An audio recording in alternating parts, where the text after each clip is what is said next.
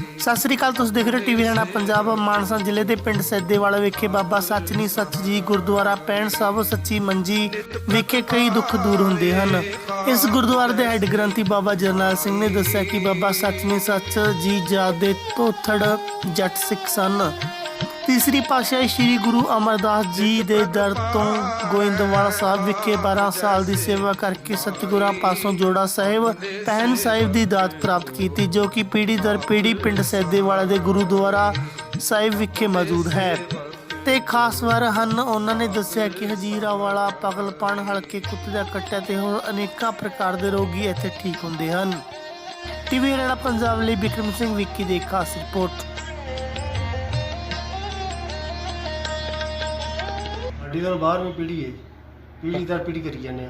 साढ़े वड्डे ने बाबा सचन सच ने 12 साल सेवा की गुरु अमरदास के लंगर की गोंदवाल साहब, जिथे जोड़ा गुरु अमरदास के चरणों का प्राप्त होया है।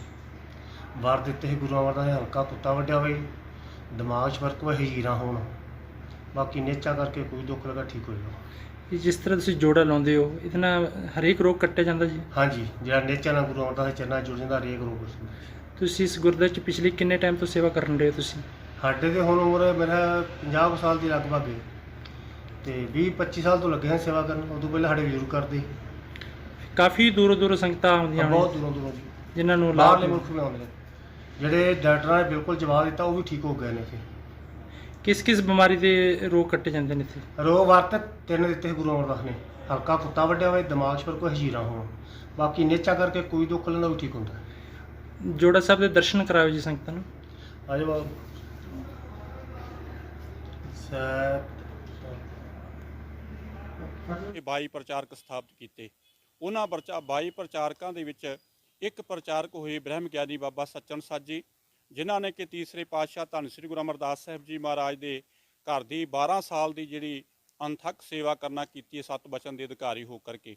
ਭਾਵੇਂ ਕਿ ਇਹਨਾਂ ਦਾ ਨਾਮ ਪਹਿਲੋਂ ਘਰ ਦਾ ਚੈਨਾ ਜੀ ਸੀ, ਪੈਰੋ ਜੀ ਸੀ, ਪਰ 7 ਬਚਨ ਦੇ ਅਧਿਕਾਰੀ ਹੋਣ ਕਰਕੇ ਸੱਚ ਬੋਲਣ ਤੇ ਧੰਨ ਸ੍ਰੀ ਗੁਰੂ ਅਮਰਦਾਸ ਸਾਹਿਬ ਜੀ ਮਹਾਰਾਜ ਨੇ ਇਹਨਾਂ ਦਾ ਨਾਮ ਬਾਬਾ ਸੱਚਨ ਸੱਚ ਜੀ ਰੱਖਣਾ ਕੀਤਾ ਅਤੇ ਪ੍ਰਚਾਰਕਾਂ ਦੇ ਵਿੱਚ ਇਹਨਾਂ ਨੂੰ ਸਥਾਪਿਤ ਕਰਨਾ ਕੀਤਾ। 12 ਸਾਲ ਦੀ ਸੇਵਾ ਹੋਈ ਤੇ ਸਤਿਗੁਰੂ ਜੀ ਮਹਾਰਾਜ ਇਤਨੇ ਪ੍ਰਸੰਨ ਹੋਏ ਤੇ ਬਾਬਾ ਜੀ ਨੂੰ ਆਪਣੇ ਚਰਨਾਂ ਦੇ ਜੋੜਾ ਸਾਹਿਬ ਬਖਸ਼ਿਸ਼ ਕੀਤੇ ਤੇ ਬੇਅੰਤ ਵਰ ਦੇ ਕਰਕੇ ਨਿਹਾਲ ਕਰਨਾ ਕੀਤਾ ਕਿ ਬਾਬਾ ਜੀ ਹੁਣ ਤੁਹਾਡੀ ਸੇਵਾ ਜਿਹੜੀ ਘਾਲ ਥਾਂ ਪਈ ਹੈ, ਆਪਣੀ ਨਗਰੀ ਵਿੱਚ ਜਾਓ, ਤੁਹਾਡੇ ਪਾਸ ਦੁਖੀ ਸੰਗਤਾਂ ਆਉਣਗੀਆਂ, ਉਹਨਾਂ ਦੇ ਮਸਤਕ ਦੇ ਨਾਲ ਸੁਹਾਣਾ ਕਰਿਓ ਅਤੇ ਉਹ ਦੁੱਖਾਂ ਤੋਂ ਰਹਿਤ ਹੋਣਗੇ, ਸੁੱਖਾਂ ਦੀ ਪ੍ਰਾਪਤੀ ਹੋਏਗੀ। ਇਸੇ ਤਰ੍ਹਾਂ ਹੀ ਅਸੀਂ ਪੀੜ੍ਹੀ ਦਰ ਪੀੜ੍ਹੀ 1947 ਦੇ ਬਟਵਾਰੇ ਤੋਂ ਬਾਅਦ, ਪਾਕਿਸਤਾਨ ਦੀ ਵੰਡ ਤੋਂ ਬਾਅਦ ਇੱਧਰ ਪੰਜਾਬ ਦੇ ਵਿੱਚ ਆ ਕਰਕੇ ਵਸੇ ਹਾਂ। ਇੱਥੇ ਸਾਨੂੰ ਜ਼ਮੀਨਾਂ ਅਲਾਟਮੈਂਟ ਹੋਈਆਂ। ਬਹੁਤ ਸੁੰਦਰ ਇਮਾਰਤ ਗੁਰੂ ਕੀਆਂ ਸਿੱਖ ਸੰਗਤਾਂ ਦੇ ਸਹਿਯੋਗ ਦੇ ਨਾਲ ਇੱਥੇ ਬਣਾਈ ਗਈ ਹੈ ਅਤੇ ਗੁਰੂ ਕੀਆਂ ਸਿੱਖ ਸੰਗਤਾਂ ਬਹੁਤ ਵੱਡੀ ਗਿਣਤੀ ਦੇ ਵਿੱਚ ਪਹੁੰਚ ਕਰਕੇ ਆ ਕਰਕੇ ਸਤਿਗੁਰੂ ਜੀ ਮਹਾਰਾਜ ਦੇ ਚਰਨਾਂ ਦੇ ਜੋੜਾ ਸਾਹਿਬ ਦੇ ਦਰਸ਼ਨ ਦਿਦਾਰੇ ਕਰਦੇ ਹੈ, ਦੁੱਖਾਂ ਤੋਂ ਰਹਿਤ ਹੁੰਦੇ ਤੇ ਸੁੱਖਾਂ ਦੀ ਪ੍ਰਾਪਤੀ ਕਰਦੇ ਹੈ।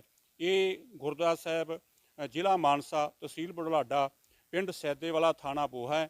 ਜਿਹੜੀਆਂ ਸੰਗਤਾਂ ਨੇ ਵੀ ਇੱਥੇ ਆਉਣਾ ਹੋਵੇ ਇਸ ਢੰਗ ਦੇ ਨਾਲ ਪਹੁੰਚ ਕਰਕੇ ਤੇ ਧੰਨ ਸ੍ਰੀ ਗੁਰੂ ਅਮਰਦਾਸ ਸਾਹਿਬ ਜੀ ਮਹਾਰਾਜ ਦੇ ਜੋੜਾ ਸਾਹਿਬ ਦੇ ਦਰਸ਼ਨ ਦਿਦਾਰੇ ਕਰਕੇ ਦੁੱਖਾਂ ਤੋਂ ਰਹਿਤ ਹੋ ਕੇ ਤੇ ਸੁੱਖਾਂ ਦੀ ਪ੍ਰਾਪਤੀ ਕਰ ਸਕਦੀ ਹੈ। ਬਾਬਾ ਜੀ, ਜਿਸ ਤਰ੍ਹਾਂ ਦੂਰ ਤੋਂ ਕੋਈ ਆਉਂਦੀਆਂ ਸੰਗਤਾਂ, ਉਹਨਾਂ ਦੇ ਰਹਿਣ ਵਾਸਤੇ ਸਾਰੇ ਪ੍ਰਬੰਧ ਹੈਗੇ ਨੇ?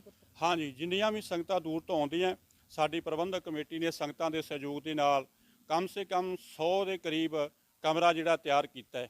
ਕੋਈ ਵੀ ਸੰਗਤਾਂ ਦੂਰ ਦਰਾਡੇ ਤੋਂ ਆਉਂਦੇ ਆ, ਮੰਜਾ ਬਿਸਤਰਾ ਤੇ 24 ਘੰਟੇ ਇੱਥੇ ਲੰਗਰ ਚੱਲਦਾ ਹੈ। ਸਾਰੀਆਂ ਸੰਗਤਾਂ ਕਈ ਦਿਨ ਇੱਥੇ ਆ ਕਰਕੇ ਠਹਿਰਦੀਆਂ, ਸਤਿਗੁਰੂ ਜੀ ਮਹਾਰਾਜ ਦੇ ਚਰਨਾਂ ਦੀ ਧੂੜੀ ਪ੍ਰਾਪਤ ਕਰਦੀਆਂ, ਦੁੱਖਾਂ ਤੋਂ ਰਹਿਤ ਹੋ ਕੇ ਤੇ ਸੁੱਖਾਂ ਦੀ ਪ੍ਰਾਪਤੀ ਕਰਦੀਆਂ ਜੀ। ਇਹ ਗੁਰਦੁਆਰੇ ਵਿੱਚ ਸਾਲਾਨਾ ਜੋੜ ਮੇਲਾ ਕਿਹੜੇ ਮਹੀਨੇ ਦੇ ਵਿੱਚ ਕਰਵਾਇਆ ਜਾਂਦਾ ਹੈ? ਸਾਲਾਨਾ ਜੋੜ ਮੇਲਾ ਜਿਹੜਾ ਉਹ ਅਸੀਂ ਆਪਣੇ ਵੱਡਿਆਂ ਦੀ ਬਰਸੀ ਮਨਾਉਂਦੇ ਹਾਂ, ਬ੍ਰਹਮ ਗਿਆਨੀ ਬਾਬਾ ਸੱਚਨ ਸੱਚ ਜੀ ਦੀ। ਉਹ ਅੱਸੂਵਦੀ 7ਵੀਂ 8ਵੀਂ 9ਵੀਂ ਨੂੰ ਹਰ ਸਾਲ ਥਿੱਤਾਂ ਦੇ ਹਿਸਾਬ ਦੇ ਨਾਲ ਮਨਾਇਆ ਜਾਂਦਾ ਹੈ। ਬਹੁਤ ਸਾਰੀਆਂ ਸੰਗਤਾਂ ਉਸ ਜੋੜ ਮੇਲੇ ਤੇ ਪਹੁੰਚ ਕਰਕੇ ਸਤਿਗੁਰਾਂ ਦੇ ਦਰਸ਼ਨਦਾਰੇ ਕਰਕੇ, ਸਤਿਗੁਰਾਂ ਦੇ ਜੋੜਾ ਸਾਹਿਬ ਦੇ ਦਰਸ਼ਨਦਾਰੇ ਕਰਕੇ ਹਾਜ਼ਰੀਆਂ ਭਰ ਕੇ ਲਾਹੇ ਲੈ ਕੇ ਤੇ ਆਨੰਦ ਪ੍ਰਾਪਤ ਕਰਦੀ ਹੈ। ਜਿਸ ਤਰ੍ਹਾਂ ਜੋੜਾ ਸਾਹਿਬ ਲਾਉਂਦੇ ਆ, ਕਿੰਨੇ ਦਿਨ ਲਵਾਉਣਾ ਪੈਂਦਾ, ਕਿੰਨੇ ਦਿਨ ਰਹਿਣਾ ਪੈਂਦਾ ਇੱਥੇ? ਜਿਹੜੇ ਦਿਨਾਂ ਦੀ ਇਹ ਗਿਣਤੀ ਨਹੀਂ ਗੁਰੂ ਪਿਆਰਿਓ, ਇੱਥੇ ਸ਼ਰਧਾ ਤੇ ਭਾਵਨਾ ਦੀ ਲੋੜ ਹੈ। ਜਿਵੇਂ ਜਿਵੇਂ ਗੁਰੂ ਕੀਆਂ ਸਿੱਖ ਸੰਗਤਾਂ ਸ਼ਰਧਾ ਭਾਵਨਾ ਬਣਾ ਕਰਕੇ ਆਉਂਦੀਆਂ ਤੇ ਸਤਿਗੁਰਾਂ ਦੇ ਘਰ ਦੀ ਦੱਸੀ ਹੋਈ ਮਰਜ਼ਾਦਾ ਕਾਇਮ ਕਰਕੇ ਚੱਲਦੀਆਂ, ਸਤਿਗੁਰੂ ਜੀ ਮਹਾਰਾਜ ਉਹਨਾਂ ਉੱਤੇ ਜਲਦੀ ਤੋਂ ਜਲਦੀ ਕਿਰਪਾ ਕਰਦੇ ਹੈ ਕਿ ਉਹ ਤੰਦਰੁਸਤ ਹੋ ਜਾਂਦੇ ਹੈ। ਕਿਹੜੀ ਬਿਮਾਰੀ ਕੱਟੀ ਜਾਂਦੀ ਹੈ? ਧੰਨ ਸ੍ਰੀ ਗੁਰੂ ਅਮਰਦਾਸ ਸਾਹਿਬ ਜੀ ਮਹਾਰਾਜ ਨੇ ਇੱਕ ਪਾਗਲਪਨ ਹਜੀਰਾਂ ਵਾਲਾ, ਜਿਵੇਂ ਕਿ ਕੋਹੜ ਦਾ ਰੋਗ ਹੈ, ਹਲਕਾ ਕੁੱਤਾ ਕਿਸੇ ਨੂੰ ਕੱਟਿਆ ਹੋਵੇ, ਅਜੇ ਹਲਕ ਨਾ ਕੁੱਦਿਆ ਹੋਵੇ, ਜਿਨ੍ਹਾਂ ਦੇ ਘਰ ਦੇ ਵਿੱਚ ਸੰਤਾਨ ਹੈ ਨਹੀਂ, ਉਹ ਆ ਕਰਕੇ ਅਰਦਾਸਾਂ ਬੇਨਤੀਆਂ ਜੋਦਰੀਆਂ ਕਰਦੇ ਆ। ਸਤਿਗੁਰੂ ਜੀ ਮਹਾਰਾਜ ਆਪਣੇ ਦਰਬਾਰ ਤੋਂ ਭੁਚੰਗੀਆਂ ਦੀਆਂ ਦਾਤਾਂ ਬਖਸ਼ਦੇ ਆ। ਹੋਰ ਵੀ ਅਨੇਕਾਂ ਹੀ ਦੁੱਖਾਂ ਵਾਲੇ, ਜਿਵੇਂ ਜਿਵੇਂ ਗੁਰੂ ਕੀਆਂ ਸਿੱਖ ਸੰਗਤਾਂ ਸ਼ਰਧਾ ਧਾਰ ਕਰਕੇ ਆ ਗਈਆਂ, ਜੋ ਸ਼ਰਧਾ ਕਰ ਸੇਮ ਦੇ ਗੁਰ ਪਾਰ ਉਤਾਰਨਹਾਰ, ਜਿਵੇਂ ਜਿਵੇਂ ਸ਼ਰਧਾ ਧਾਰ ਕੇ ਕੋਈ ਵੀ ਸੰਗਤ ਆ ਗਈ, ਸਤਿਗੁਰੂ ਜੀ ਮਹਾਰਾਜ ਦੇ ਘਰਾਂ ਦੇ ਵਿੱਚੋਂ ਸੁੱਖ ਦੀ ਪ੍ਰਾਪਤੀ ਹੁੰਦੀ ਹੈ। ਜਿਹੜਾ ਵੀ ਆ ਕਰਕੇ ਜੋੜਾ ਸਾਹਿਬ ਦੇ ਦਰਸ਼ਨਦਾਰੇ ਕਰਦਾ, ਆਪਣੇ ਤਨ ਦੇ ਨਾਲ ਛਾਉਂਦਾ, ਸਤਿਗੁਰੂ ਜੀ ਮਹਾਰਾਜ ਉਹਨਾਂ ਉੱਤੇ ਰਹਿਮਤਾਂ ਵਰਤਾ ਦਿੰਦੇ ਆ।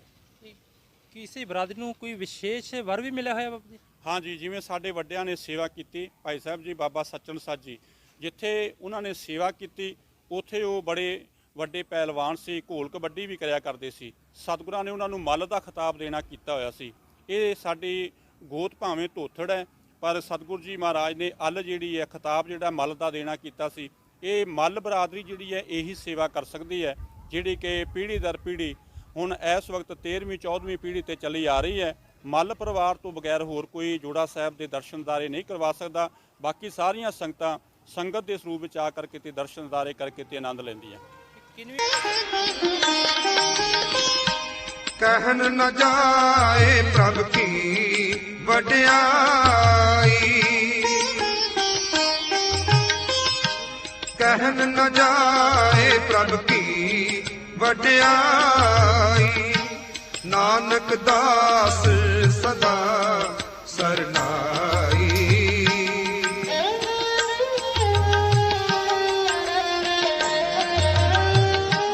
नानक दास सदा सरनाई, अपने सेवक को आप सहाय, अपने सेवक को आप सहाय।